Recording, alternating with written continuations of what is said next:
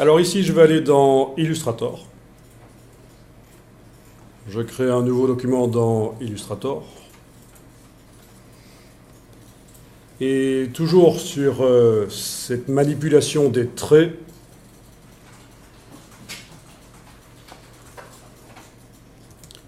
on va faire de la vectorisation, mais la vectorisation assez particulière. Donc, dans Illustrator, j'importe une des images que je viens de travailler.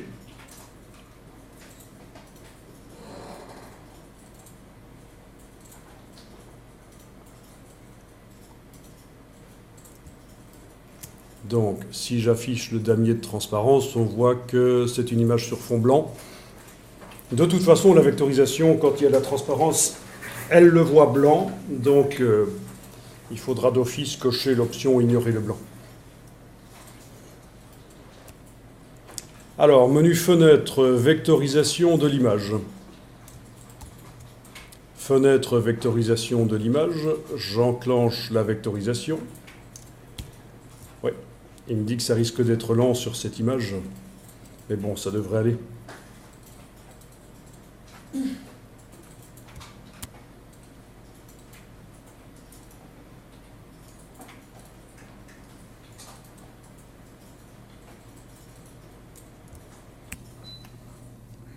Bon, il vaudrait quand même mieux faire une image avec moins de pixels. Donc vous avez toujours Photoshop ouvert, je suppose.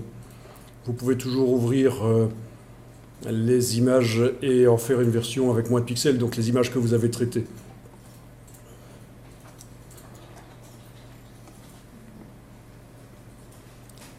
Parce que pour Illustrator, c'est un peu lourd quand même, les images avec autant de pixels ici. Typiquement, quand on dépasse les 1000 pixels sur 1000, ça commence à devenir difficile pour Illustrator. Et donc là, je suis quand même à 3000 sur 3000 dans Photoshop pour cette image ici. Donc je vais en faire une version plus légère. Image, taille de l'image. Et je vais repasser à 25%. Donc 800 sur 700, ça devrait ne poser aucun problème pour Illustrator. Donc 16 fois moins de pixels, on voit qu'on passe d'une image de 29 mégas à 1,82.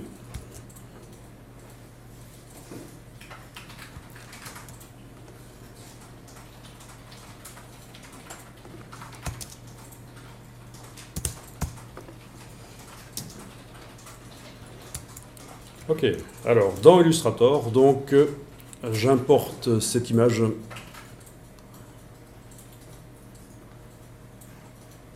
J'enclenche la vectorisation. Et ce qui m'intéresse, c'est que Illustrator me trace les traits de l'illustration sans l'épaisseur. C'est juste comme si je repassais avec un marqueur sur tout le chien, un marqueur d'épaisseur égale. Donc vous cochez la case contour, créer contour. Vous décochez la case fond. Et vous allez jouer sur ici l'épaisseur du contour. Je vais par exemple indiquer 40 pixels au lieu de 10. Touche tabulation pour valider. Et vous voyez ce que ça fait? Ça me fait un contour uniforme. Alors, il faut tester. Ça, c'est 40 pixels. Voyons ce que ça donne à 60. Ça ne change pas grand-chose. À 20, voilà, il y a des parties de contour qui disparaissent. Donc il faut trouver la bonne valeur ici pour que ça vous fasse le dessin. D'accord? Donc si vous cliquez sur l'œil ici à côté du mot résultat de la vectorisation, vous voyez l'image source. Vous voyez qu'on démarre d'une image avec un contour variable et on part vers une image qui aura un contour uniforme.